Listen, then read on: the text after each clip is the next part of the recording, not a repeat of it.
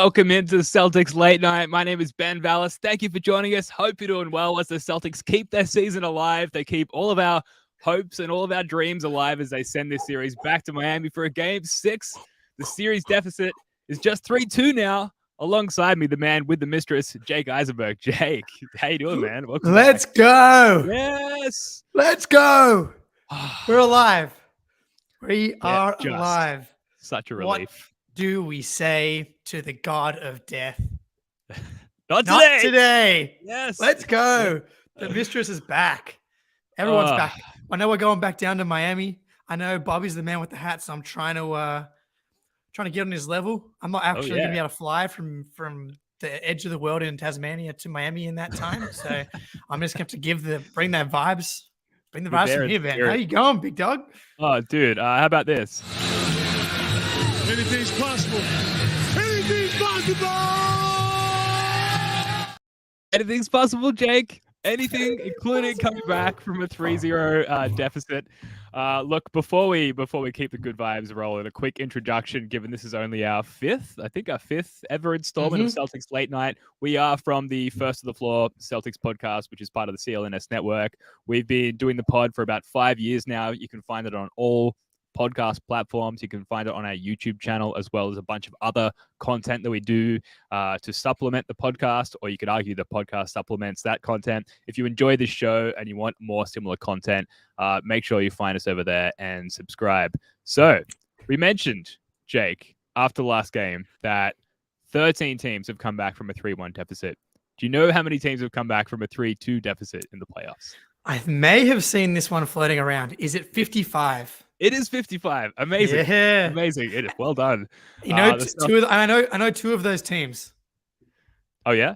Please. Two of them, the 2023 Boston Celtics and the 2022 Boston Celtics. Oh, you're right. Let's go. Absolutely.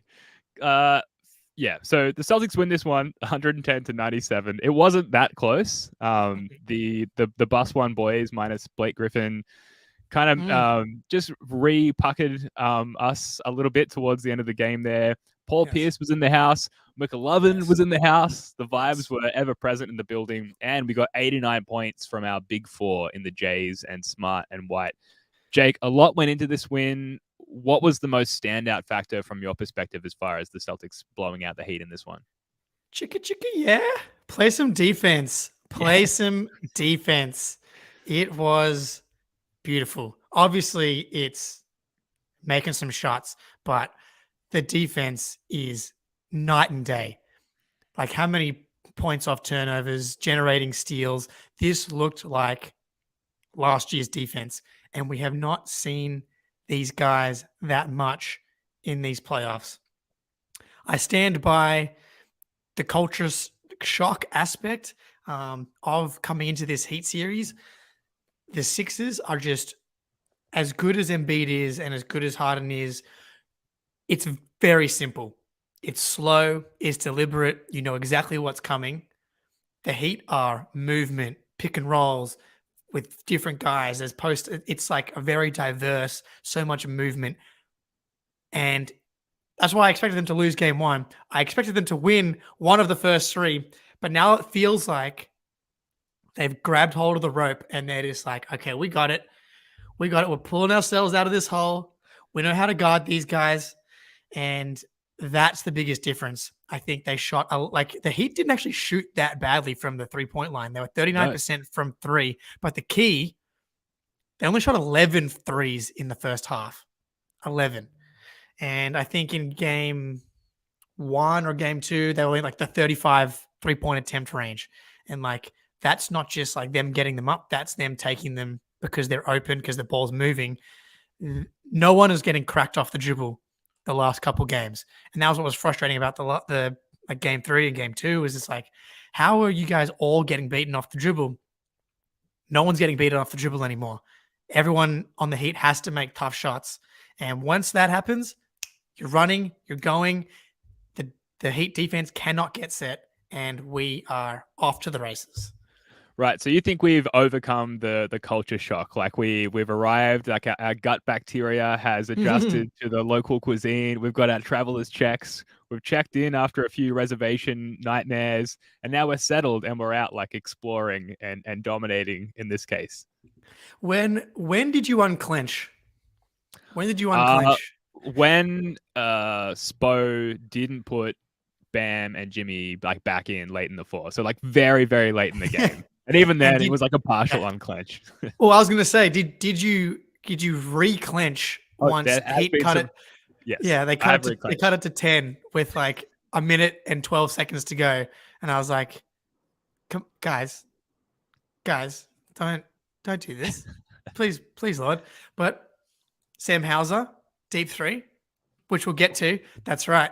Jack Simone, friend of the pod. Welcome to the show. Sam hit that late three. Yeah, thankfully. Yeah, honestly, we're probably still a little clenched. We're going to be clenching until when, I don't know when game 7 is, until we're dead. We're going to be clenching until we're dead. Clenching, it's really the word of the week here in my family. My 3-year-old daughter has learnt clench just from hanging around me these past few days, and she'll hopefully learn unclench once we win. Game 7. I thought this was the best Celtic performance of attacking the zone defense, and we all know the Heat have the most potent version of the zone defense in the league. And the Celtics, Bobby Manning tweeted this out halfway through the game, attacking that zone using side actions, so like pick and roll actions, run on the wing, finding or creating seams in the zone, and then attacking them. And then we saw this in the last couple of games, but like getting guys to the nail, not just Jason Tatum. I thought Al Horford did a really good job of opening himself up for passing opportunities. If not getting to the nail, then kind of like backing off the screen that he was setting and allowing a bounce pass to be given to him. So many times we've seen that one passed away, the Heat take that passing opportunity away, and that's where they were forcing so many of their turnovers. And Al just backing off that screen action a little bit and opening up a bounce pass opportunity to himself just kind of reopened the opportunities for the Celtics and how they could attack that zone. So really good to see. And then Jason Tatum, like a freaking captain's knock. Only 21 points in this game, but just completely slicing and dicing everything that the Heat had to throw at him.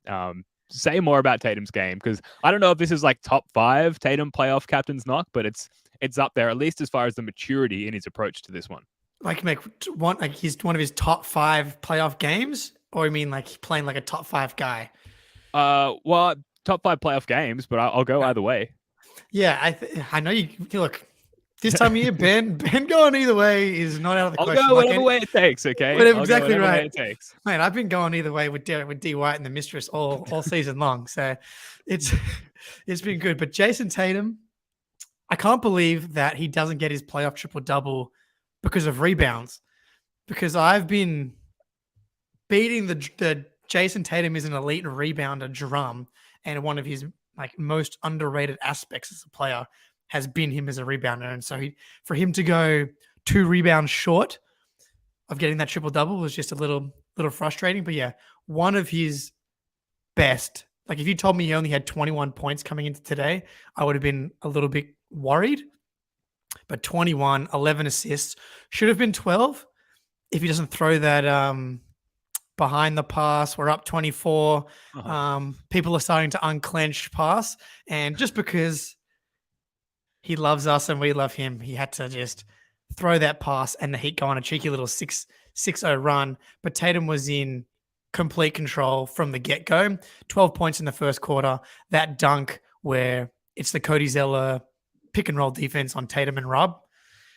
Tatum just like in and out. Rob's navigation on the roll feels like he's been in the way a lot throughout the playoffs, and it felt like he was kind of in the way at times here. But the lane opened up and Tatum rose up, and massive jam. And Jack Simone in the chat said this was the loudest the Garden has been all playoffs. That first quarter and the context of coming back from 3-0 down, going up early, Jason Tatum, your captain, your leader, playing it on both ends, getting to the rim and throwing down that hammer just set the crowd off. And yeah, it's perfect. Cody Zeller played 4 minutes in this game, and I think you talk about setting the crowd off, also setting off the entire coaching bench for the Heat, as in like I don't think we can play Cody Zeller in this game anymore. And we saw Haywood Highsmith get some like pretty meaningful minutes going forward, and that could be an issue for the Celtics, especially as Gabe Vincent potentially comes back in the next game. But yeah, Cody Zeller just like he couldn't get it done in this one. Yeah, the Heat were searching, and we can just talk about the Gabe Vincent injury.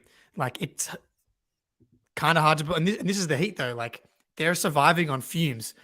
Like Tyler Hero's out. This team wasn't good all year. They weren't a deep team the whole season long.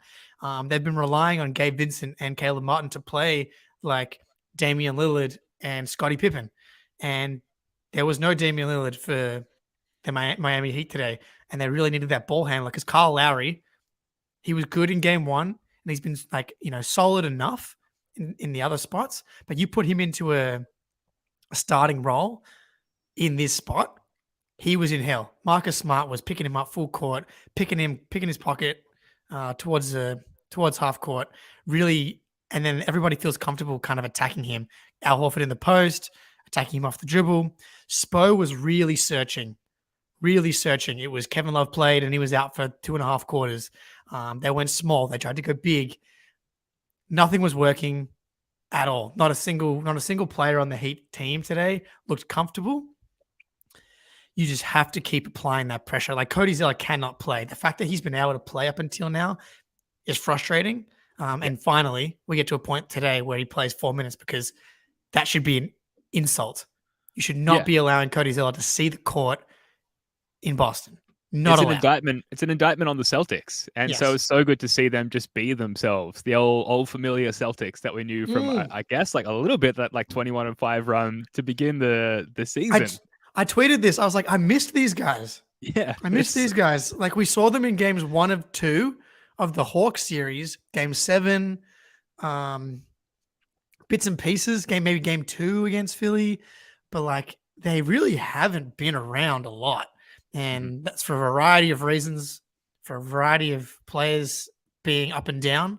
But tonight maybe was their best game of the playoffs. You mentioned the Tatum like behind the back transition pass to nobody. There was also the Marcus Smart attempted alley-oop pass to Derek White earlier in the game. What was the bigger Shaqtin moment for you? What was the double play? I was just reading the chat down here. We got Joe's here, my co-host. Shout out to everyone in the chat. Joe, I'm asking you live on the show. Are you free for late night on Sunday? Hopefully. Jake breaking out the Jimmy Bucket hat. That's right. Look, it's time. We're going back to Miami. It's time. So Shaqtin a fool. We had the Tatum behind the back thing, which we touched on briefly. I thought he was going to nail. Yeah, so because he had a similar one a couple of years ago. To Rob. To Rob. I think I actually own the like NFT for that, which might be my only foray into NFTs in my entire life. Not an NFT guy. So the other one was Marcus Making Smart. That clear. Yeah. Marcus Smart to Derek White, the like alley-oop that ended up just clanging off the backboard. Oh, boy. But what was he thinking there? Of those two, what was the biggest Shaqtin play for you? I think it's Tatum because you have to accept that the Marcus Smart chaos theory. Like Marcus has to play like Marcus. Jason Tatum doesn't really do like off the glass fancy stuff very often. So I feel like I got to give the Shaqtin a full award to Tatum. Whereas Marcus, we got to be like, look, you got to just let Marcus be Marcus. Got to let him fly. Got to let him be the peacock that he is, And so give it to Tatum, but also Smart's pass. I don't know. Did he mistake Derek White for Rob? Like, I know Derek White's having a great game. I don't understand. Like that pass was like above the square on the backboard. He's a pretty unique looking fella, Derek White. I don't know who you're mistaking him for. Anyway, let us know your thoughts on all these questions that Jake and I are throwing at each other, folks in the chat. Like we want to hear your answers as well. I just want to make sure that we hit on all these core points as well, Jake. So we talked about attacking the zone, which is probably the most, to me, that was the most standout difference in this game and the second half of last game. It's been discombobulating the Celtics for like years upon years now, and to see them attack it with such confidence, and to see Eric Spoelstra with like a top 5 all-time furrowed brow on the sideline, like that genius looking as flustered as he did, was quite satisfying. Got to talk about the Celtics offense as well, which may start and end with hitting threes. 16 threes on 41% of 39 attempts. Derek White hitting like all the world's like requirements of 3-pointers in one beautiful game. Derek White, beautiful human soul, is like He what I is stood up. back. In the middle of the game, I'm alone in my house. I stood up and said, Derek White, you beautiful human soul. Like those words just came out of me. I don't know where they came from. I don't know who they were directed at, but that's just like what that triggered out of me. What are your thoughts on Derek White's performance? There's this great Spurs guy on Twitter, Eric Silas, and we kind of got connected during the Derek White trade.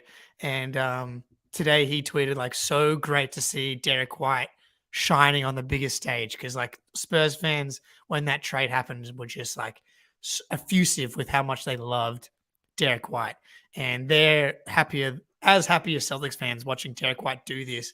And to see D White, he bailed the Celtics out on a bunch of possessions. And I will say, as up and down as his confidence has been throughout the playoffs, the biggest difference between this year and last year, Derek White, even when his confidence has wavered in these playoffs, he has not been shy to fire his threes. All through the playoffs, he's been consistently shooting the ball when it's come to him, and he's been still knocking them down at a relatively good clip. I mean, this reminded me like of Derek White in that, actually, it's the game you and me caught up for in real life, Ben, the Charlotte Hornets game. Player of the week, Derek White. Exactly, yeah. When Derek White was in the midst of this all-star run, and with this Brogdon injury, we probably see more of Derek White going forward, because how many minutes did he play tonight? 37. He's the guy, and what he gives you offensively, and when he's playing aggressively and he's confident, it's like, why you can attack Max Strus, you can attack Duncan Robinson, you can attack Kyle Lowry, all these guys, and Tatum getting him in great spots, finding them on kickouts. And the defense, look, people were like, we got to send help to get for Derek White on Jimmy.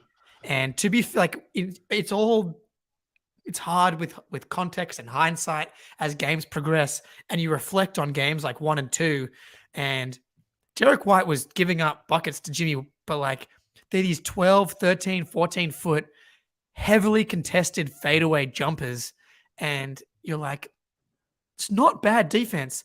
And Derek has just stuck with it and been like, I'm not getting worried. I'm going to stick with it. We're not sending too much help. And Derek feels like he's kind of outlasted Jimmy a little bit in the last couple of games here. Mm-hmm. Yeah, and he's not biting on his pump fake as much either, it makes a huge difference. And yeah, we sort of saw all defense second team Derek White in this one. Like he was definitely, I don't want to say he was a problem for Jimmy Butler, but he at least struggled way less when caught with Jimmy Butler in isolation. Like it wasn't as nearly much of a problem as it has been in the series so far. And that was sort of the thing that I was racking my brain the most with, like what adjustment are the Celtics going to make in terms of, when Derek gets caught in isolation on Jimmy, are we going to send help? If we send help, how are we going to cover the pass 1 or 2 passes away? And turns out the adjustment was just like, Derek, just do like freaking better at your job at defending Jimmy Butler. And he did. Like he absolutely did. And Jimmy Butler was way less of a factor in this game. And a huge part of that was just the way that Derek White defended him. We talked about hitting threes. We talked about attacking the zone. Other offense, and this sort of segues into talking about the defense, is points off turnovers. 27 points off turnovers. The Celtics only had 9 turnovers themselves offensively. A huge portion of our offense was just generated by forcing turnovers from the Heat, getting out in transition off of makes as well, and really just pushing the pace in this one. I think the Heat will try and slow you down and like sort of beat you with experience there, even though typically this year they didn't have a particularly highly rated half-court offense. In the playoffs, it's a different story with guys like Jimmy Butler who can make things happen in the half-court offense. The Celtics did a really good job of keeping them out of that and then getting themselves going in transition by forcing turnovers as well. The Heat, not necessarily a team that cough up that many turnovers, which is just a huge part of this turnaround, right? Since the second half of last game, suddenly we're turning them over constantly and we're like blowing them out in those 6 quarters. It's been great. That's been the biggest difference between last year and this year's defense. And the Garden Report guys touched on this as well. It was like we've been playing really solid defense for most of the year, but very rarely have we touched. Like the Celtics defense last year was like walking around with the gods. It was like 04 Pistons. It was like 95 Bulls. It was like, some of the best defenses of all time. That's where the Celtics defense was last season. And part of that was that everybody's ball pressure was so good and part of that's Rob, a massive part of that's Rob, because Rob was so good at cleaning stuff up, coming off the weak side, Horford being able to switch on to anyone. But the ball pressure and the forcing of turnovers has been something that has not been there all year long. Hasn't made a lot of sense because they have the guys that can force turnovers. I mean, Marcus Smart picks Lowry at half court. Jalen gets the pick 6 today.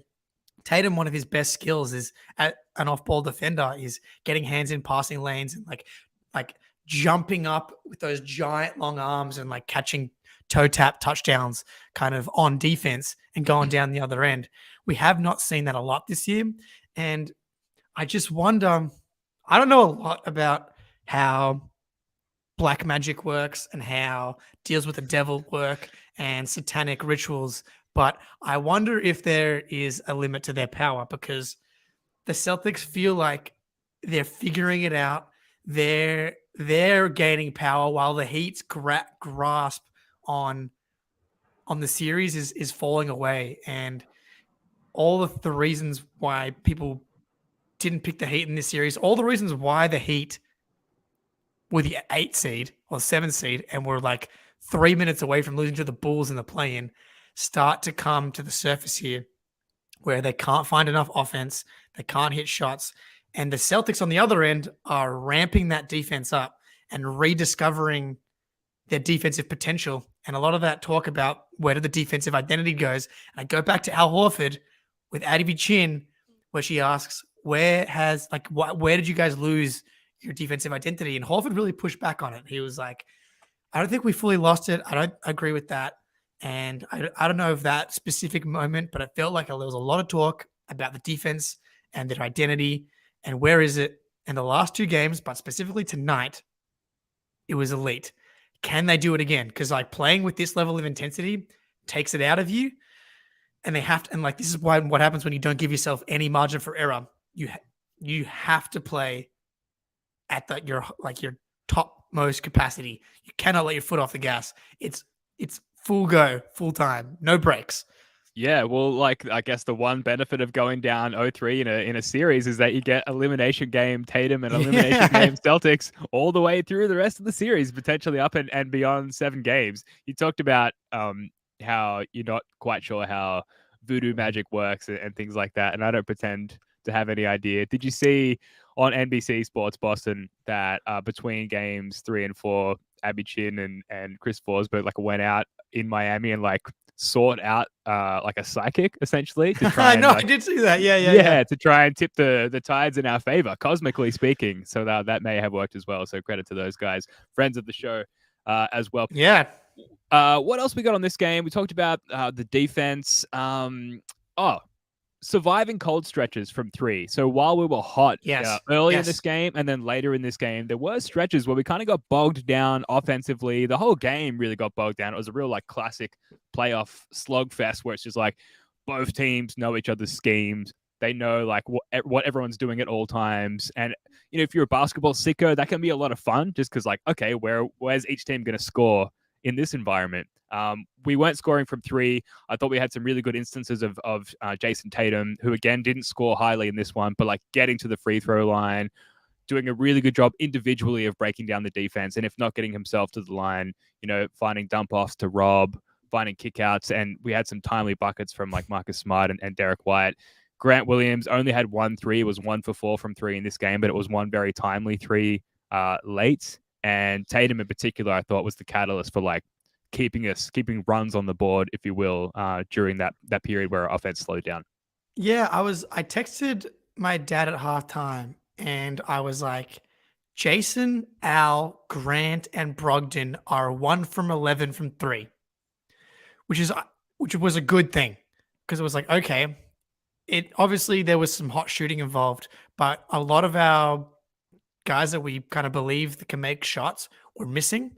And then in the second half, Grant hit a three. I don't think Tatum ended up hitting a three in the second half. But we left some makes on the table. You know, it was like, yes, we ended up 41%, but at the same time, I felt like, and you picked it right in that second quarter, the Heat went zone and the Celtics generated like really good, wide open threes off of the zone. And they missed like 4 in a row. And that was when the clenching got real. That was some serious clenching. Like the sphincters were working really hard in that like mid to late second quarter zone. Jimmy got a steal and an and one where it looked like he traveled. I don't know what happened on that one, right? And like they brought in the refs to talk about it. I was just in a daze. I had no idea what was going on. Called the timeout. 5-0 run. D White bailed them out with like a deep three, and then Jalen had like that steal and pick six and like push the lead up into that like 17, 18 range. And it was those kinds of responses and sticking with the plan. It was like, you're not going to hit every shot, but they kept generating the good looks. They didn't let the missed shots impact their defense on the other end. And that was a huge little stretch where it could have teetered back where the Heat cut it down to like 9. Yeah, absolutely. And you mentioned the timeout. How about our guy, Crazy Joe Mazzulla with the timeout? Again, second game in a row. So many timely timeouts. We saw like little 4-0 runs and like little things that would be typically synonymous with Eric Spoelstra in terms of calling timeouts. Joe was all over it. If anything, he's like flexing it now. Like, oh, timeout here, timeout there. Everyone gets a timeout. It was amazing. I think I was seeing it all over Twitter. Like he threw another perfect game in this one, essentially, with the timeouts. And he had the successful challenge on the Lowry on Jaylen Brown. Yeah, he nailed that one. The game, which would have been a big swing. And it like, was a big swing. Obviously, he has like staff assisting him and immediately watching the replays, but it wasn't like super obvious on the broadcast that it was not, or that rather that it was an offensive foul, or that it wasn't an offensive foul. No, he called it quick. Like I know because like they called it and they were going to inbound it, and then Mazzulla was like right on it, challenge, and whether or not someone tapped him or not, that was a big swing. It's wild, man. Just Mazzulla, this whole team is just like, yeah, apparently Joe is now the timeout king. Like, what a swing. Like, what is going on, dude? Like, this whole team, including Joe, was just like, okay, back against the wall. I guess I can't let these guys play through 7-0, 8-0 runs. And it's not even the runs. He's like one bad possession or 2 bad possessions, and like the Heat haven't even scored on them. And he's like, bang, timeout, get back to it. And I guess that's part of the learning curve or just understanding this team. I don't know if asking these guys to play through mistakes is maybe the best. But yeah, Mazzulla just turned into a Charizard. Let's freaking go, dude. Mazzullazard. It's a Mazzullazard. Let's roll. Go on, son. Always been more of a Squirtle guy myself. I can't remember. It's been like 20 years since I've played like who Squirtle evolves into. War Turtle, then Blastoise, Ben. Come on. Thank you. It's so all over. Amazing. Let's see here. So contested shots, the Celtics contested 25 shots. The Heat only contested 19. Deflections also in the favor of the Celtics, 13-9. You mentioned the Heat's first half shooting. I think it was 11 threes total. They jacked up 23 threes total in the game, which huge credit again to the Celtics defense, like getting out on their role players, their shooters. Gabe Vincent out obviously impacts that stat a little bit, but just insane ability for the Celtics to scramble, in to suffocate Bam or Jimmy, and then back out to contest the shooters as well and run them off the 3-point line. Bam Adebayo did have a stretch in the third quarter where he scored like 4 straight, like got into the teeth of the defense and just looked like a shark, just like swimming through the reef, just eating any fish he wanted. And then we turned the tap off on that as well. It was amazing. That was kind of like the last gasp from the Heat in this game. Yeah, so Bam, you look at the box score and he was 8 for 15, 8 rebounds, 3 assists, 2 steals, a block, but 6 turnovers. And that was maybe one of the biggest differences and we already talked about the turnovers from the Celtics. That was the biggest thing. They did not let Bam get comfortable around the block and getting hands in there. And again, it's just like adjusting to the speed of Bam and the different play style. It feels like the Bam's a tricky cover for Horford, and they really have started to nail the help and get guys you just got to get it one step and then recover out to a shooter. You stick a hand in, get a deflection, and now Bam, as soon as you get one, as soon as you get two, now he's thinking. Now he's just like that split second slower, which makes the help a little bit closer, a little bit easier. And Bam has not been a stranger to folding in pressure when it comes to the playoffs. Heat fans are all too familiar with please, Bam, please, please, please save us. Please, please, please. Where was the guy that had the 30 points 3 games ago? He was nowhere to be found in last year's conference finals. So we'll see, because I could almost guarantee game 1, first play of the game, they're going to run an ISO, just Bam, Horford, like empty corner. Bam's going to do like the classic. He's going to fake one, try go baseline, or fake baseline, go middle, try and get Horford, backpedaling. That'll be like, actually, you know what? Talking about FanDuel, our sponsor, which you should probably get to. First basket, Bam. Not bad. You nailed it, man. My finger was on the button. Here we go.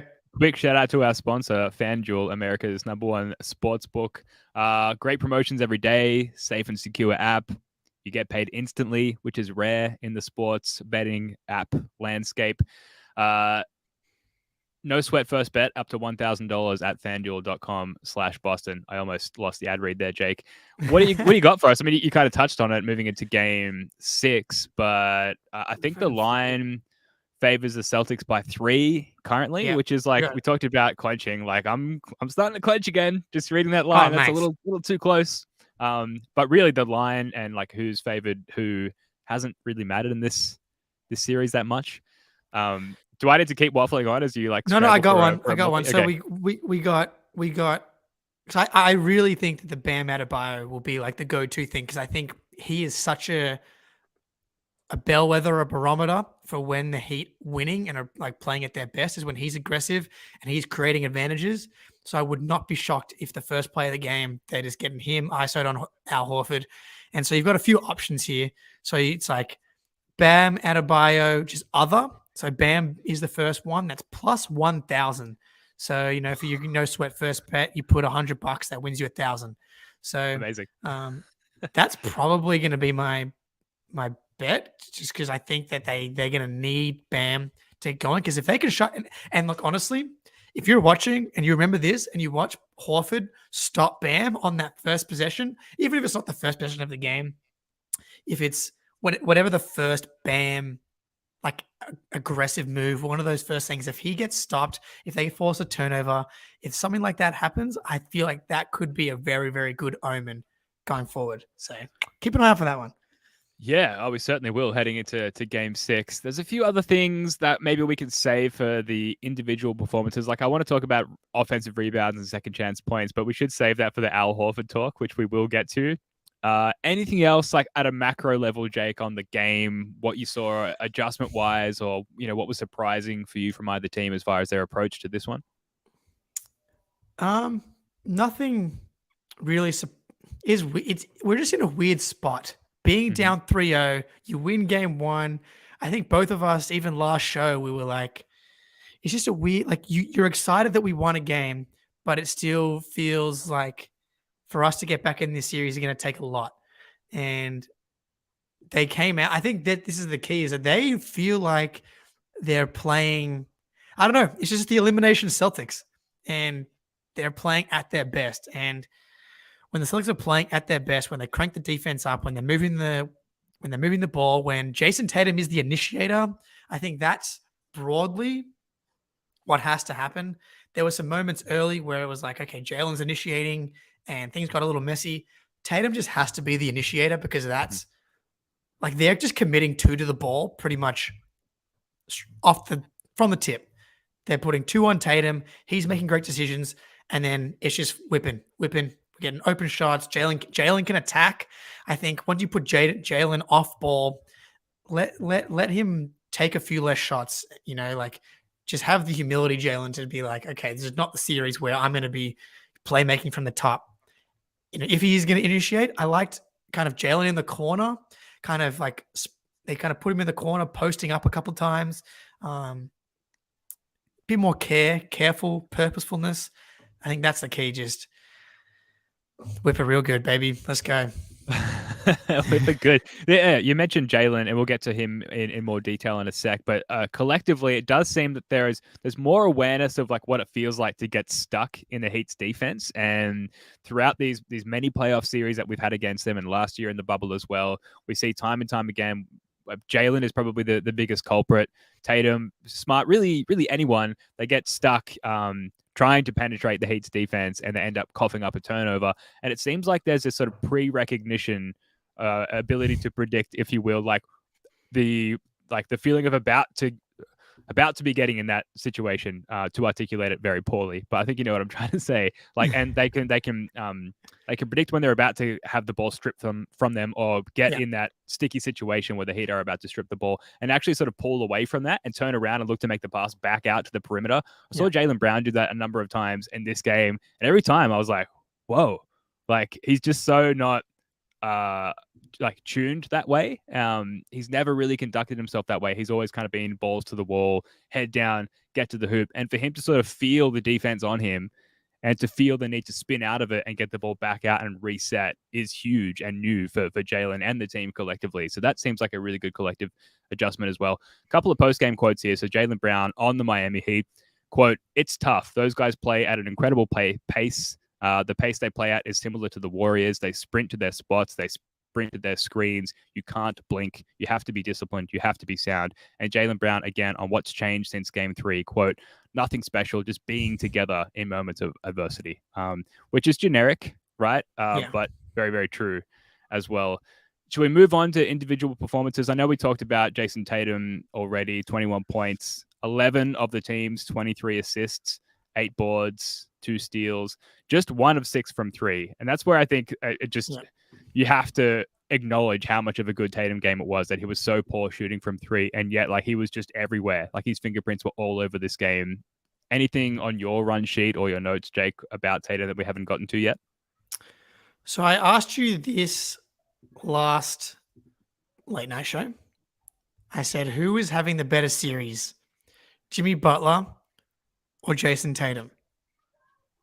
And you said it has to be Jimmy Butler because of his kind of surgical response, his surgical nature coming through in the clutch in games 1, but especially in game 2. This is 2 no-shows to Jimmy Butler in a row here. And if pretty much anyone shows up in game 2 besides Tatum, like that's an easy win. And this series looks very different. Tatum's having the better series. I don't know how you feel now, but like Tatum has like no question once you add tonight, where it was like one of Tatum's best games and like complete control of the game from start to finish.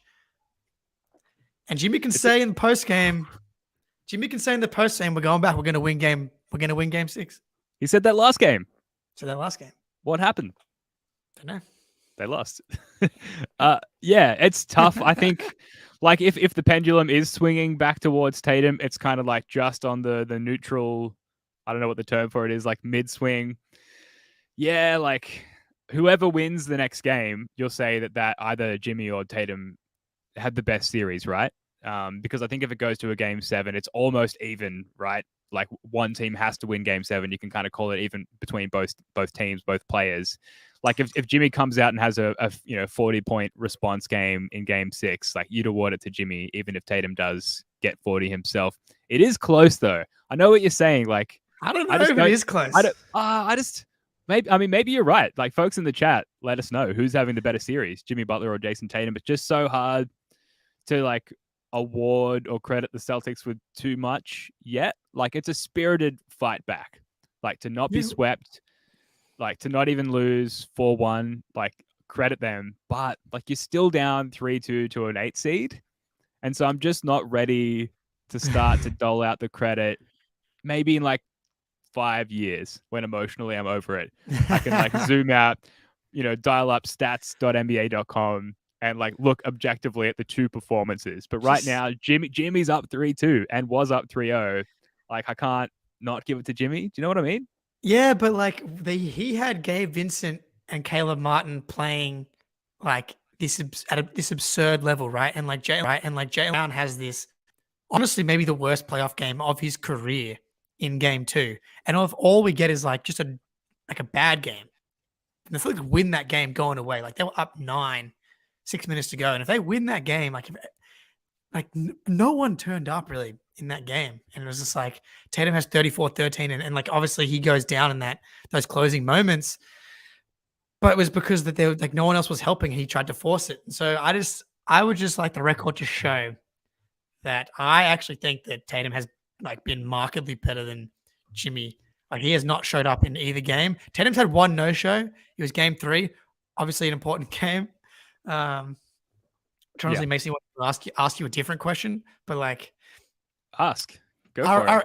Are any of these games must win until it's an elimination game? Because that's where I think the biggest seismic shift is in your favor, Jake. In terms of like, you've always come into these series relaxed. I always go in like, game 1's a must win. You've got to set the tone, you know, like. And yet clearly like it's not a must win until you are literally about to be eliminated from the NBA playoffs. Clearly that's the case. So I think at least one thing we could agree on is that game 6 is a must win there, Jake. A lot of people in the chat, I think most people in the chat are agreeing with you, Jake. And like I said, you probably are objectively right. It's just that like there's been some damage done to me as a Celtics fan. I know I'm not alone in feeling that way. And to zoom out a little bit more, because you kind of touched on this before you dove into a few separate points there, Jake, like it's difficult to sort of articulate like how this feels, right? Like going down 0-3 and, to borrow the Roman Roy term, which you quoted on one of our pods recently, like we'd pre-grieved, right? Like, because you just kind of have to do that. Like we're down 0-3, it's not going to happen. And then they win one. Now they win another one. And like they do the wins, like they just taste different. For like I guess that's the sense I would use in terms of right, like they just taste different, and so it's tough to articulate how this all kind of feels. I do think it's getting sort of back up to the point now where like, okay, even though I had pre-grieved, if they do now go ahead and lose game 6, like it'd sort of be devastating again. Whereas if they lost today or game 4, it would not have been. Do you know what I mean? Do you feel the same way? It's a weird spot, and a great point on like the taste, the feeling of these Celtics wins. Like Celtics wins are like salt and pepper in that it's hard to have too much salt and pepper. Like, you know, it's hard to overdo it on the salt and pepper, but when you do, you can tell. And it's just something, line. Especially last game, it's like, okay, we're down 3-1. Cool. It was still nice to win. We're going to try and enjoy it. This one feels a lot more normal, like a Celtics win. Like if you win 2 playoff games in a row, you should be at worst tied in a series. Very rarely do you win 2 playoff games and are you down in the series. Like there's only 7 games. When you win 2 in a row, they're usually like in a really great spot. But the Celtics went down 3-0. If they had been down 2-0, we'd be tied. But like here we are. And I don't know, man. I have a question. This is another broader question, but like who's the pressure on? I had that for you as well. I think the pressure's still on the Heat, as much as like I'll always just feel all the pressure from a Celtics perspective. It is on the Heat though, right? You mean still or now? You thought the pressure was on the Heat today? Yeah, I think so. Right? Okay. Like it's a closeout game. Like we're talking elimination game for them. It's a closeout game. Like you had the opportunity to do it. You know, this is back-to-back closeout games for them. You flubbed your opportunity in game 4 on your home court. You kind of got blown out a little bit, lost by 16. Second half was a nightmare for you. This game, Jimmy Butler's like, we're going to win this game. And then like from the first possession, I think like Marcus Smart gets a steal. It's turnover. And like, you just look like crap. Eric Spoelstra is furrowing his brow on the sideline. Like, the pressure was clearly on them, I think more so. And there was a quote from Tatum after the game saying, like, we just played more freely in this. Like, basically, since we went down 0-3, we've just played more freely because of that lack of pressure. So now going back to Miami, it's potentially it's certainly their last home game in the series, no matter what happens. Last opportunity to close it out at home. Celtics are breathing down your neck. I think more pressure's on the Heat from my perspective, but I'll only ever feel the pressure from the Celtics perspective. And that's going to have me reclenching from the moment we finish this podcast until the moment that game ends and beyond. I think it just more speaks to like how you view must wins and how I view must wins. Like to me, this was like, this was still all on the Celtics pressure wise. Like you're still up 3-1, you're on the road. The Heat lost game 5 up 3-1 against the Knicks last series as well. Going home for game 6. So they're going to feel good in the sense that like they're up 3-1 last series. They lost game 5 in New York. They lost game 5 in Boston. Going home, it's not like exactly going back to a red hot environment. You know, the stat floating around is that the Celtics have won the last 4 out of 5 in Miami outside of game 3 of this series. I thought so pressure today I thought was still on the Celtics, but now I actually don't think it's a question. The Celtics are just, it felt like there's everybody, like if we feel, I would say pretty in tune with how the players feel a lot of the time. Like going into games, your nerves for a game 1 are just not the same as going into a game 6 down 3-2. Like going into that Philly game down 3-2, remember how you felt. It was a nightmare. I could barely sleep. Versus game 1 of this Heat series, I'm like, I slept like a baby. It's game 1, whatever. Yeah. So now the pressure swings. Now the Celtics, I think, feel like us. And it's like, yeah, we're clenched, but also it feels like a tiny bit of house money. Like literally everything had blown up. Everyone had quit. The reports had started coming out, and now everybody feels good. And now it's like your season died. It feels like you've got a second life. So Afterlife. Yeah, like if we had, I know exactly what you mean. If we had lost this game, part of me would have just been like, thank you for like 2 extra games or 1 extra game or whatever in a Celtics season. Like when we thought everything was lost. Now we are going to get to some individual performances, starting with Derek White. Before we get in depth on Derek, here is a clip of Derek White beating Al Horford in rock paper scissors in the locker room after the game. Championship? We go to White. 1, 2. Okay. 1, 2. Shoot. Ready? No.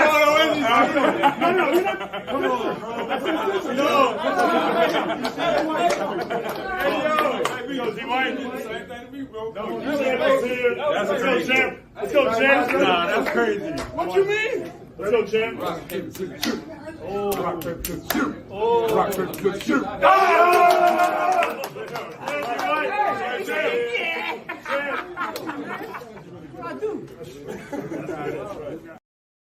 Look how stoked Marcus Smart is with that win. So good. I love D White, man. The mistress. Yeah. I will say the Australian way of playing scissors, paper, rock, not rock, paper, scissors, is way better. We play it scissors, paper, rock. It's not rock, paper, scissors, shoot. Scissors. It's a good little tune. So there's more rhythm. Yeah, a little. I'll also accept the Alex Kidd Jenkins style of playing the game if anyone is as old as me and familiar with that. Derek White, Jake, no idea what you're talking about. A 3-point machine, 8 of 11 from the field, freaking 6 of 8 from 3, 24 points. We talked about his defense on Jimmy Butler. There was a Jaylen Brown quote. You can tell I like scraped the internet for Jaylen Brown post-game quotes. Quote, big time player, big time shots tonight. D White came to play as soon as they gave him any space. He let it fly. He got hot, not just on offense, but on defense, which sums it up pretty nicely. Jake, like maybe for any new listeners to us and who we are on our show, First to the Floor, maybe just like preface what you're about to say with like why he's called the mistress and then just like let it fly. Yeah. So at some point during the season, I coined the Derek White experience, him being my mistress, in that, you know, I'm getting married in October and I felt like I was starting to fall in love just as deeply with Derek White as I was with the person I'm going to marry. And it just stuck. And so like, that's what's great about doing these late night shows is, you know, I can squeeze in a quick, Derek can pop over to the Hilton, across the road from TD Garden. We can have a quick session. We got the champagne on ice. It's been a while. I had to kind of freeze Derek White out a little bit, the mistress out during the second round of the playoffs, but the mistress has, look, you know, I'm just not here for for no reason. Like, I have respect for myself. So you got to be playing at a certain level for us to be booking these nice hotel rooms.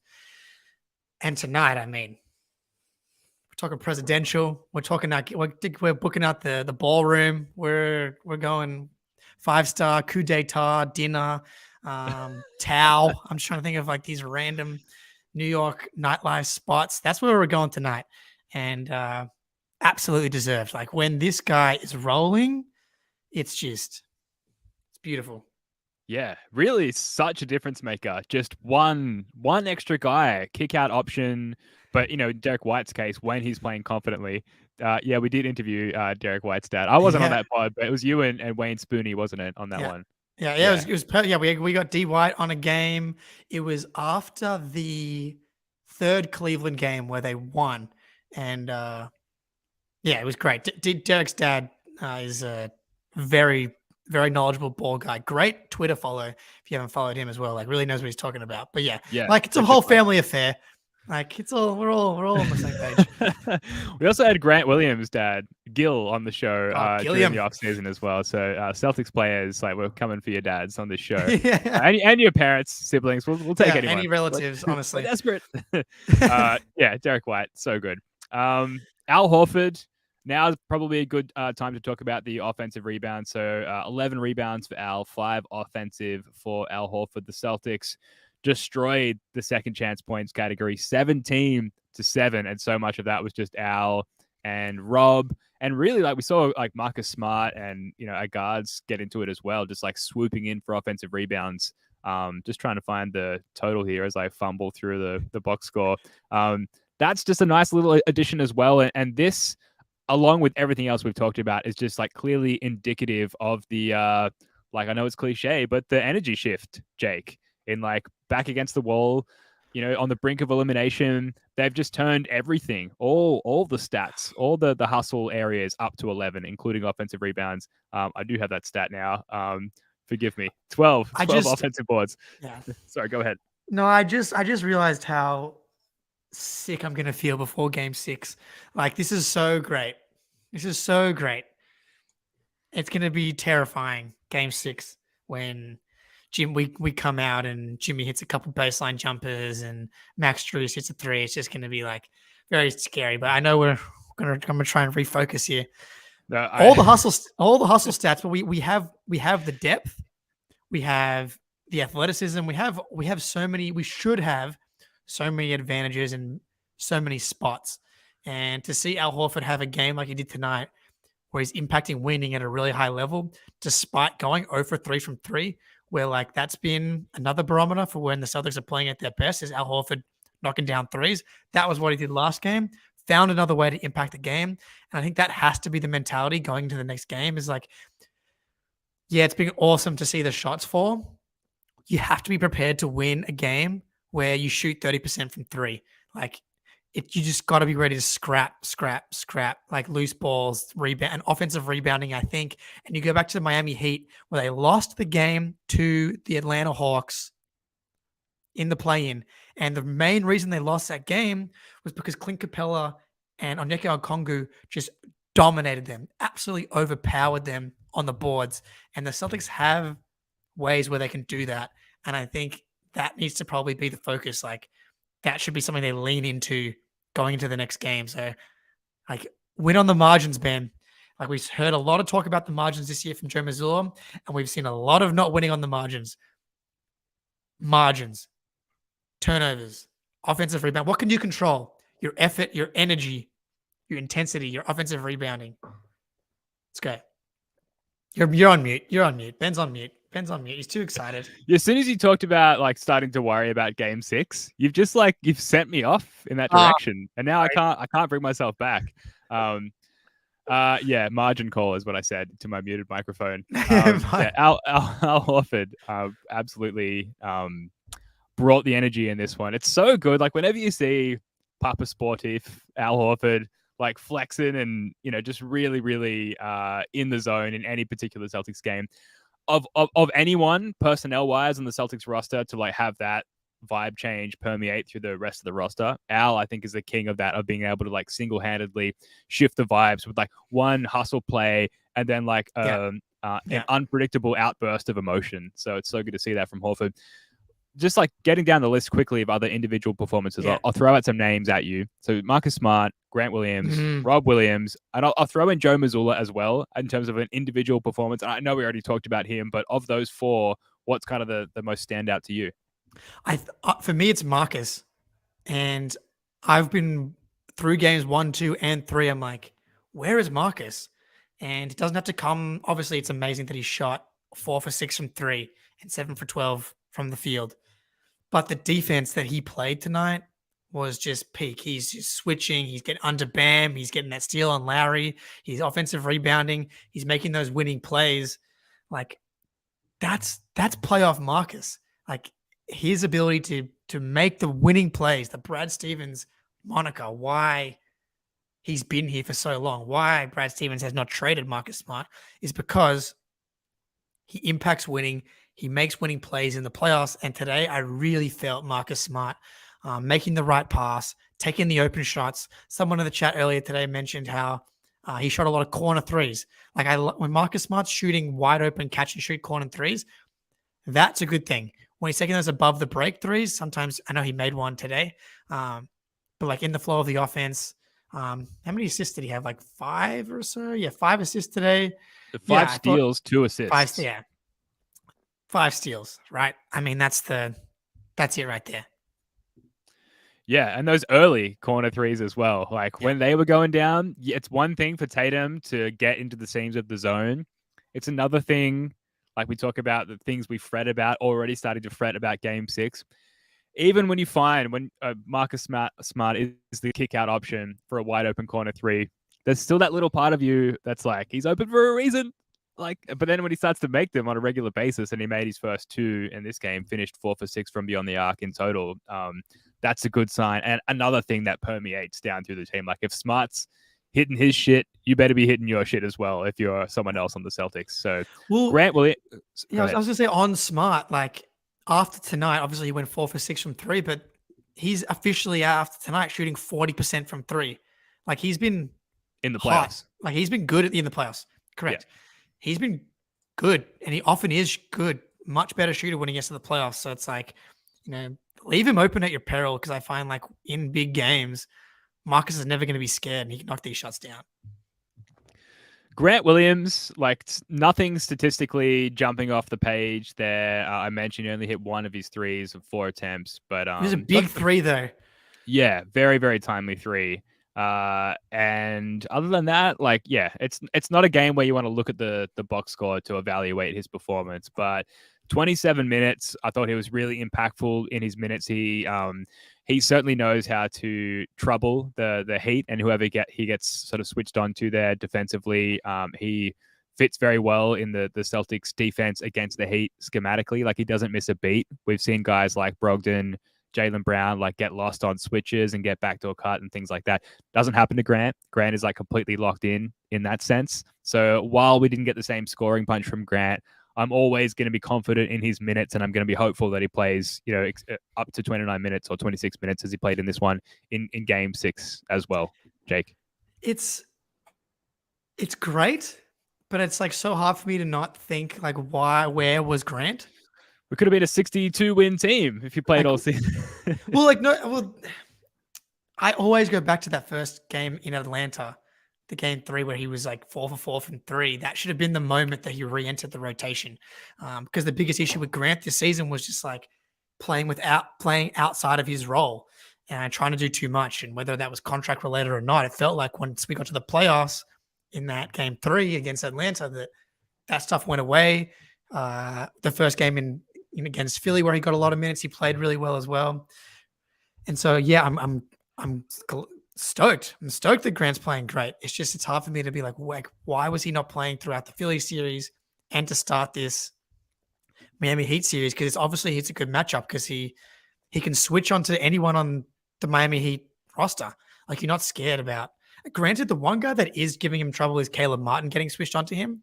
Like, which just funny to say, like, but that's the one guy that has like the off the bounce explosiveness that can give Grant trouble so far. Like Jimmy's not the explosive side to side, driver. He's going to beat you with strength and getting you off balance.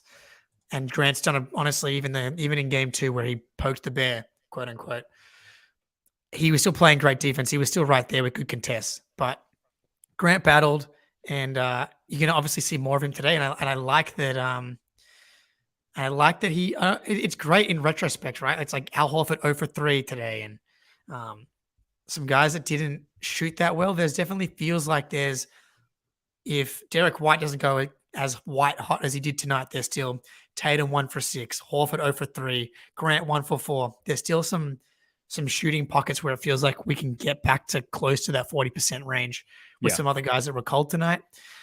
That's Grant solid, keep it rolling. And we weren't able to play the video on this thing, but like there's a video going around Twitter where it's like Grant in the hallway on the way back to the locker room being interviewed by Avery Chin, and Jalen just gives him a big old spank, and he just is like, whoa, and then tries to go do his interview. And then Al Horford 2 seconds later comes back, much bigger spank.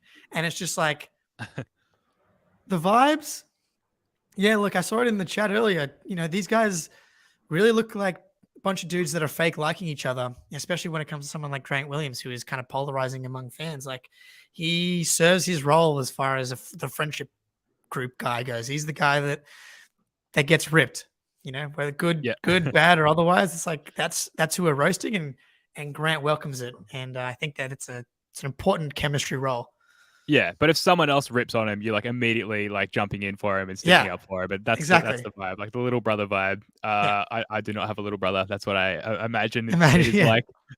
And just the addition to the team's depth as well. Like suddenly the reactivation of Grant Williams, particularly with whatever's going on with Malcolm Brogdon. It sounds like he's got a partially torn ligament in his forearm. We've seen him wearing the forearm sleeve there. He's tried to play and failed miserably, if we're being honest, in this game, defensively and offensively. Can't shoot, can't defend. So just the reactivation of another aspect of our depth in Grant Williams there could not be timed better in that sense. Well, okay, so now we're down. I know Pritchard kind of played in this one, important minutes, but we're down to 7, right? Jalen, Jason, Al, Derek, Marcus, Rob, Grant. That's 7 guys. Do you try and get in one more guy? Like, house money. I feel like obviously your 2 choices. I saw someone in the comments earlier talking about a PP insertion. Like, I'm with you. You think Hauser? I'm with you, dude. I would go Hauser if you're going to try and find someone for like 10, 12 minutes. At least try it. Try it. Like if Tatum's going to continue to break down the zone like he is, and we're going to see all these kick out options and these relatively wide open threes, and Pritchard, I know he's capable of a lot more than what he demonstrated today. Like obviously he had a pretty quick turnover and it was pulled pretty quickly in this game. Hauser also tends to lure opposing offenses into what we call the house trap, in which they get stuck and they fail. Just try it, especially in the context of this game where you're up quite a bit. Like you can afford 2 blown Hauser defensive possessions before you're like, oh, okay, nope, that's not going to work. Back to our 7-man rotation. At least give it a try. I don't know. I mean, can we lure Jimmy Butler into the house trap? Because as much as I love Pritchard, Hauser has the I'm 6'9" and you're not attribute, which I also didn't get as a short person. Like would have loved to get that attribute, because what Hauser's going to give you, I know Pritchard's like a sneaky good offensive rebounder. Hauser's a good rebounder. He can, he still gives you those cuts off ball, and he's going to come in firing with that quick release. And when we reclinched, Hauser came in and he did this today, where here we go, down to 10, 52 seconds, bang! How's money, dude? So good. And again. I was going to say, run it again. Run it again. Let's go. Why not? We got all that. Right. Why not? Yeah, look, Jake, I look like I'm 6'5". That's awesome. I am 5'7".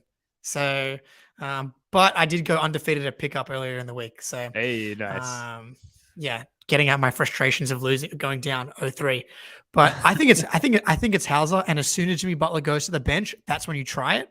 As much as I think that Hauser can maybe hold up okay, I think it's a pretty big ask to ask him to do that in game 6 when he should have probably done it when shout out the short kings, Mitch. Like, without us, there are no tall kings. So you're welcome.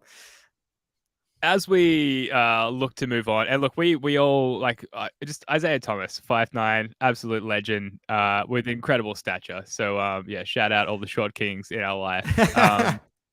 Looking forward to actually, let's just talk about Rob Williams just for like 30 seconds, because like we've talked about it, like all he kind of needs to do in this series is just be the better backup big. Like he can kind of get away with like being that at a minimum, and with Zeller only playing 4 minutes in this one, like Rob sort of is an automatic like box tick for achieving that in this one.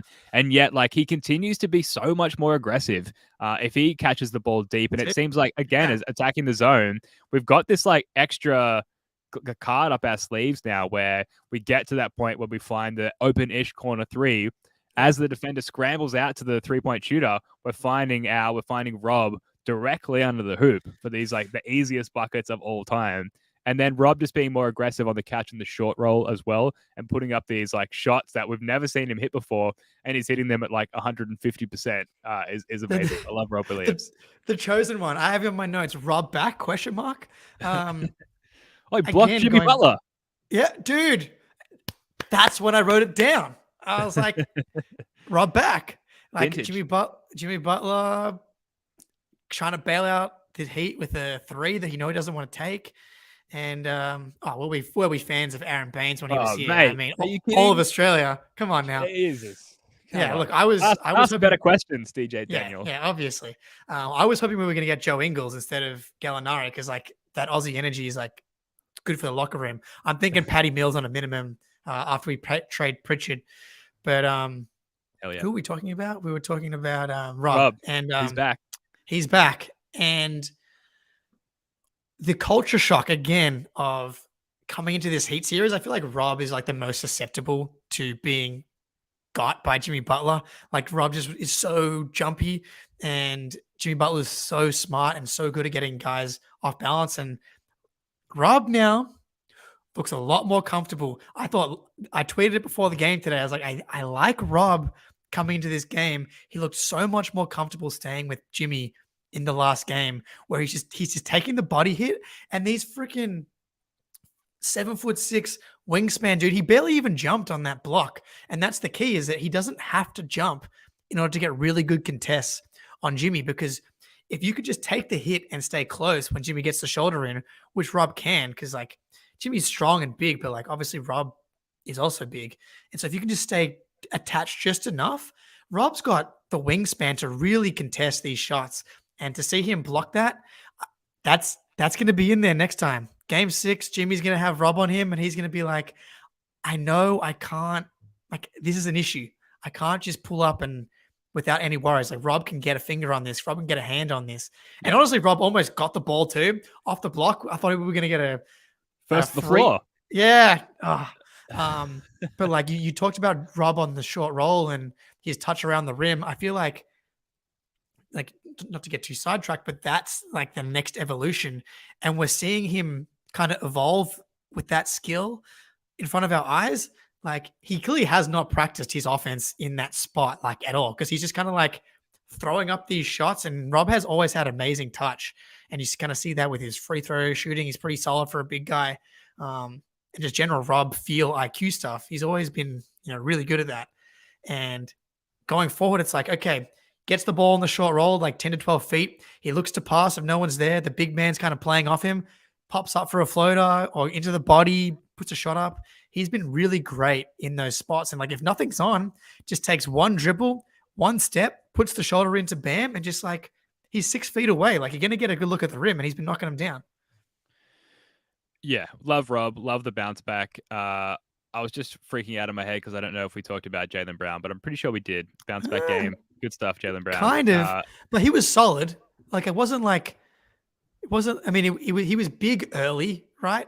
And I felt like he was just calmer, more careful. Still on the fast break, I feel like he had a couple of turnovers. Like they are just playing him to not pass the ball. Like, There was some that one fast that he got breaks. cracked on though. Yeah, Well, yeah, but there were multiple ones with Jalen involved where you're like, how did we not score I know, on that dude. fast break? Like, anyway, sorry, I interrupted you. No, but no, I no. just- You're dude, because he like I kind of agree with his process in the sense of like, don't pass the ball. When Jalen passes the ball, bad things can happen. But like, it feels like the Heat are just saying, when Jalen has the ball in transition, play him for the shot because we think even if you react late, you can probably get a hand into the pass. What I would say to Jalen is, if you're on the fast break and Tatum's running with you, give it to Tatum early. Let Tatum be the decision maker on that spot. Let Marcus be the decision maker. Because the Heat are collapsing on Jalen in transition. I mean, there was one where he just got clobbered. He got smoked by like three dudes, where it was clearly a foul and didn't get a call. Yeah, I thought, Aussie feel. Jalen got smoked at the rim like a couple times and should have definitely been called by the rest. But alas, it's just good to see Jalen in transition more. That's like a good sign of like the health of the overall Celtics. Yeah, saw it in the second half of last game as well. And yeah, when I was talking about our team's ability to predict when they were about to get in trouble and get caught in the Heat's defense, I was mostly talking about Jaylen Brown. I think he did a really good job of getting the ball back out before he got into trouble in this game, which is really good.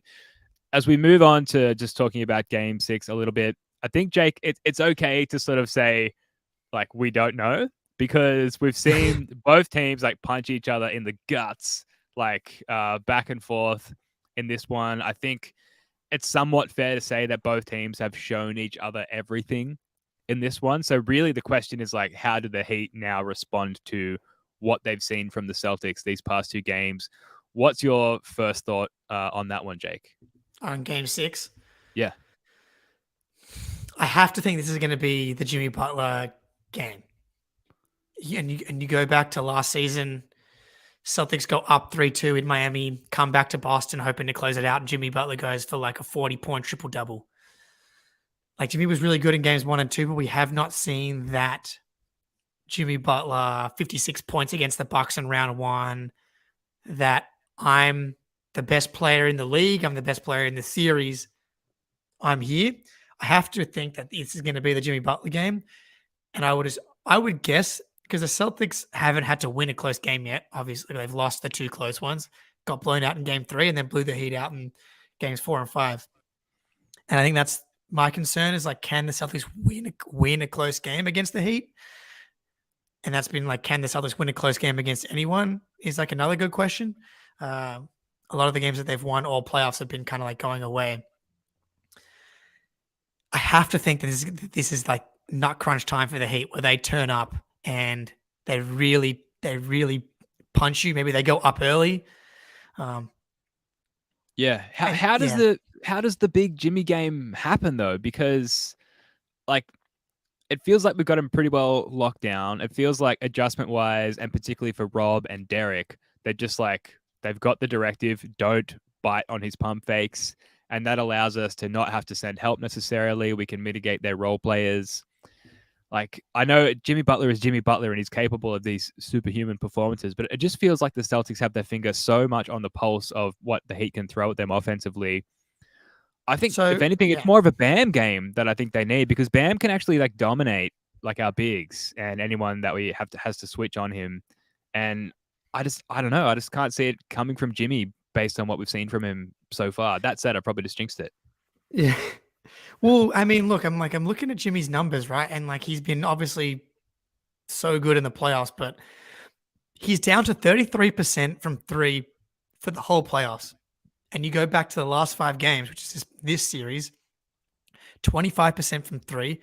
You go back to the Knicks series, so that's 11 games now. He's shooting 19% from 3. And today they looked very comfortable going under Jimmy's screens when Jimmy was on the perimeter. And I think that's the key, and that makes it a lot easier to guard him, right? You force him, and if he starts making shots, and maybe you adjust. But yeah, I think obviously it's got to be Jimmy or Bam or both. And I think that, as I said, I would expect the first play of the game for the Heat to be like, get Bam going. Yep. And can they hold him down? And even today, like 8 for 15 from Bam, look, obviously he's susceptible to turnovers. Like, was this today? Was this the game? Have they seen something on film where now they know that they can get in there? Or it's just they have to. You cannot leave some of these guys on an island. Like game 3 against the Celtics, Bam had that dunk party. Like, it was brutal watching him just like dunk all over the Celtics. Mm-hmm. I think maybe you're right. It's like he can be a hub for them and get a lot of stuff going. You got to try and get hands in passing lanes, hands like digging down, trying to make him uncomfortable, because if he gets comfortable, then it's trouble. Yeah, it's just so much has to go right for the Heat. Like, they need strong starts from Bam and Jimmy, and then they need our defense to adjust accordingly. And then once we do, they need their they've been great all postseason, but they're like subpar-ish role players to then get hot, like with those opportunities that are afforded to them based on our shifting defense towards Bam and Jimmy. And that has gone right for them in this series and in these playoffs, and a way above average amount of times already. And they need that again for at least one more game. And then, like, with what the Celtics have discovered about themselves defensively and how to generate offense based off their rediscovered defense, like, yeah, I don't want to say that like it's not going to happen for the Heat and that they can't get one dominant performance, but like mostly because I don't want to jinx it. But like, if you try and zoom out and look at it objectively, it's like with what the Celtics have rediscovered about themselves, with what they've discovered about the Heat and how to mitigate what they can do, and really their limited options outside of Jimmy and Bam. Like, it's not crazy to just think they can just do that again 2 more times, to really simplify it. But that said, no, we just don't know when the next Celtics bedsheeting is coming. It might be right around the corner, so it makes everything so unpredictable. That's the thing. It's like, okay, I thought that game 3 we were going to get back against the wall Celtics, and we didn't. And I think I actually thought the defense was good in game 3. It's just like the Heat were so hot. And if that happens again, like if Gabe Vincent comes back from injury, and we haven't talked about that too much, but that's a huge deal for the Heat. Like, he is their second most important ball handler on the team. Like Kyle Lowry, I know the chat was just talking about it. Like, Lowry had a good game 1 where he was like 3 for 4 in the first half, hitting absolute nonsense. And today, like, you put him into a starting role. Even before that, he hasn't been like, dominant or anything. He's not good. And so when you're relying on Kyle Lowry as your second ball handler, that's a problem. Yeah. So I know, during the game they said Gabe Vincent's probable for game 6. What does that look like though? Like, how effective is he? Like, a crazy stat that I saw in the Knicks series, Gabe Vincent was 2 for 17 from 3. And he comes into this series and Steph Curry's us, dude. Like, I was saying in our series preview that he would be someone that we could help off of with Rob, to allow Rob to continue in his roaming role. That was a dumb take, clearly. Like, but he is also shooting well above his lifetime average. Yeah. So yeah, the whole thing. Never wish injuries upon anyone. Hope he has a speedy recovery. But like, certainly, like, does that affect his ability? As far as like his ability to impact the game on that same level, heading into game 6. I think we're about to wrap up here, Jake. We're going to swing to our late night topics, of which there is only one. So really just late night topic. Anything else that you had that you wanted to get off your chest before we move on to this? Would you have like a prediction? Like, you sound very confident. I'm glad I sound that way. I know you won't be going into the game. Yeah, like it comes fully back to, and we talked about this, like, not really being able to articulate this feeling, this like literally unprecedented situation of like going down 0-3, and then kind of just taking the pulse of the internet and Twitter and Reddit and everything and the comments here, like just like universal confidence that like if you had to pick a team, it's kind of the Celtics. And like, if you break it down from game to game and like what we can give them, what we've learned about them, everything I've already said, right? Like, it's hard to not choose the Celtics, right? But with our in-depth knowledge of the Celtics, and I'm not saying that you and I possess any special knowledge, just Celtics fans know that like this team is capable of like dropping their marbles at any point, and just knowing that that's a factor as well, it's hard to predict. So if they could just play the right way And they had some avoidable mistakes in this game as well. That's probably Yep. the adjustment for the Celtics. Do everything that you did and clean up some of the messy turnovers and the Shackton plays that we talked about. Like, yeah, they're super likely to win the next two games. It's just like, can they be that version of themselves is the biggest question. Yeah, let's start with the next game. Yeah, One that's game at a time. one game at a time. I think they can do it. Obviously, it's playing the right way. I just want to see that defense. Like I just have this feeling. It's like, can they win a game where it's grimy and dirty and it comes down to it? It feels like they have to win at least one of these games to win the series, but I guess they don't, right? If they come out and lock them down on D and shoot like they've shown they can, like, how many stretches throughout the regular season were they just hot for 3 weeks, 4 weeks? Who's to say we're not hot for 2 weeks starting 3 days ago? It's just such a weird feeling. I don't Yeah. know. I don't know. And I don't think people come to the Celtics late night show to be like, I want my Nate Duncan X's and O's. Like, here's why things will be as they are or won't be as they won't be. It's just like, it's a vibe. And right now we're sort of riding that roller coaster. Yeah. And we're just somewhere on it. And that's fine. We're here to suffer through whatever this is with the rest of you. I will say, I think you made a good point there. Like, I still feel like the Celtics didn't play a perfect game. Yeah. Like, there was definitely still correctable stuff. It still feels like they haven't quite reached their ceiling. I think it's just hard when you have a first quarter like that and everything's going so well. Like, games just start to get a bit weird from there. It's like,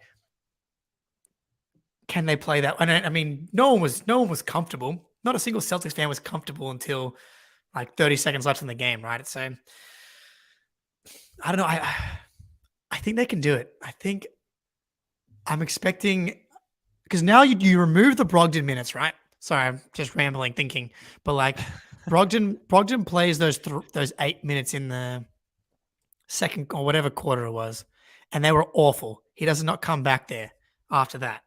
And that was weird. It was he's been an average defender for the whole season, but he was getting smoked by Duncan Robinson. Like, Duncan Robinson had like 2 threes, got to the rim, and I felt like it was all Malcolm Brogdon's fault.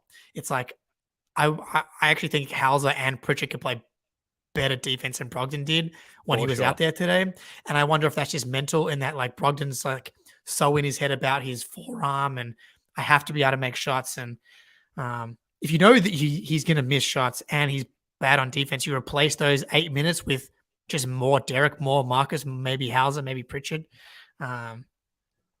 Like, that's a place where you feel like maybe you get like a little bit of edge back as well. It's hard not to believe though right now, Ben. Well, it's hard. It's hard not to think. Anything's possible. Anything's possible.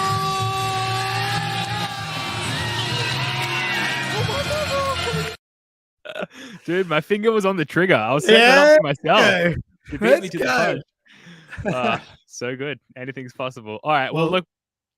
We got the super chat. Colin C. Thank you, Colin. Money on the line.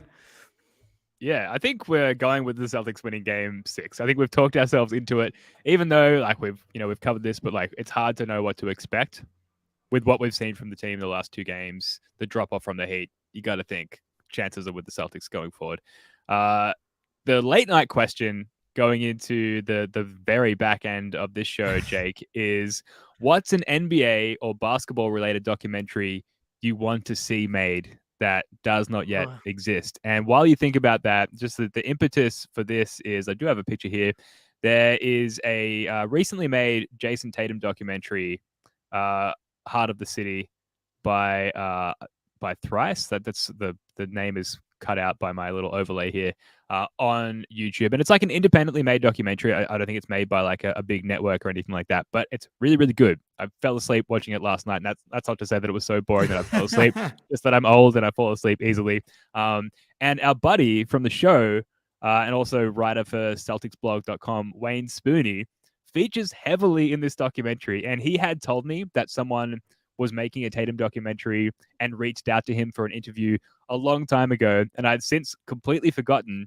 So here I am last night lying down to watch the show, and our buddy who's been on the show, Spoonie, for a couple of years now, just appears as an interview feature on it, and then just is prominently featured throughout the remainder of the podcast. And his Tatum takes, just like all his other takes, are like really spot on, really solid, and he has this like original tone and voice that if you haven't seen our podcast, if you haven't read his work, Spoonie's like kind of one of a kind. He's a really good analyst, and he's really good on that documentary. So highly recommend checking out that Jason Tatum documentary.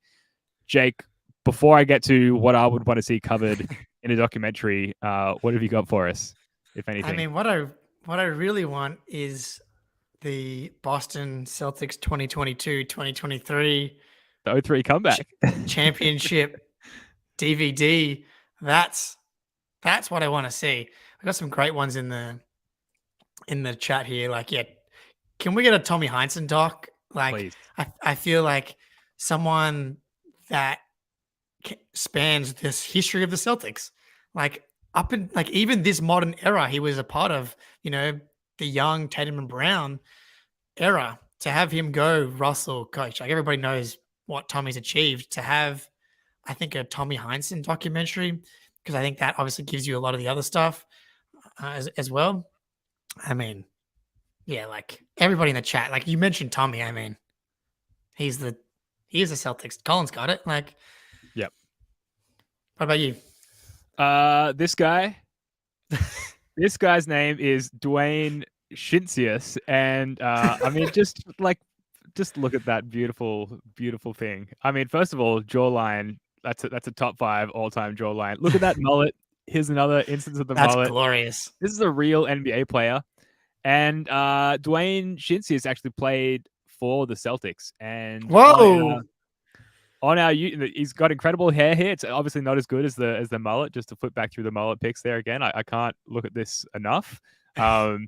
Different vibe late in the 90s there for the Celtics, but we have a series. It's a short series on our YouTube channel called Who, and it's about like obscure Celtics players that you may have never heard of, and we do like little deep dives and features into them. And I've had the Dwayne Shinsius Who episode like half done on my laptop all season rather, just been too busy to complete it because the season's just been pretty up and down. But I want to see the legit documentary on that guy, how he came to be, how he had the support of his friends and family to grow and then maintain such a mullet for such a long time, while maintaining an NBA career as well. I just think that mullet can't go too unsung in our life. I need to know more about the mullet. Mate, there's never been a time where I've said I need less mullets in my life. Except on my own head. Everyone else is fine. Mullets can exist around me at all times. I can't be the purveyor of the mullets. The other one, just quickly, Jordan Crawford, 2013. Yes, your guy. Eastern Conference Player of the Week. It could be a mini-sode, just a short doc. It doesn't have to be a 30 for 30, just like a YouTube short, 60 seconds I'll take. I just need all the Jordan Crawford Player of the Week content I can get. You got anything else for us, Jake? I know it's not Celtics related, but I mean the Nikola Jokic documentary I think would be cool. Just 40th pick, no one knows who he is, from Serbia, loves horses, the whole thing. Like, would love that. That's obviously broader. Hopefully if the chapter of his documentary is the Nuggets getting to the finals for the first time in franchise history and then losing to the Celtics in the finals, that would be a great little piece of his documentary. But yeah. Poor doc. Like, we haven't got one of those yet as well. Yeah. Is it Dave Corzine? Is that the name? I got that name wrong. I'm messing this up. Good guy though.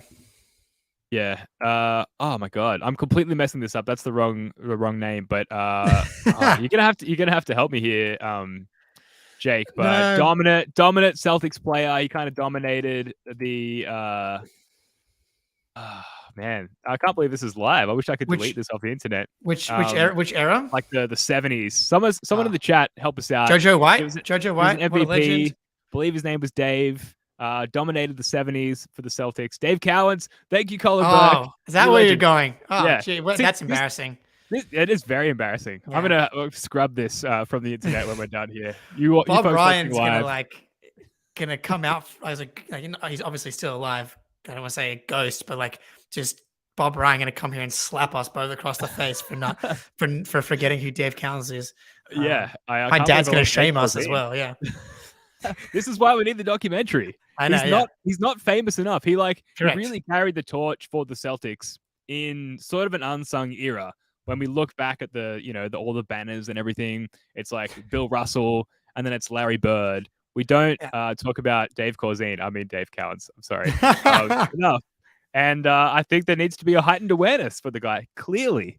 Been doing a Celtics podcast for 5 years. I couldn't pull his name out of my pocket. So that needs to be covered documentary style as well. Getting a lot of good feedback in the comments as well. So if you're listening to the audio podcast of this version of the show later on, come check out the YouTube stream as well, because there's some excellent submissions from our commenters here as well. Yeah, our boss, Nick Gelso, like he would not be happy with this either. So, but yeah, this might be the last show we do for CLNS. I'm gonna get fired. Jake, we've covered a lot. Have you got anything else you want to touch on before we wrap up? Mate, I don't want to do it one more time. Let's do it. I'm gonna see you after Game 6. Anything's possible. Anything's possible. All right, Celtics at 7. See ya.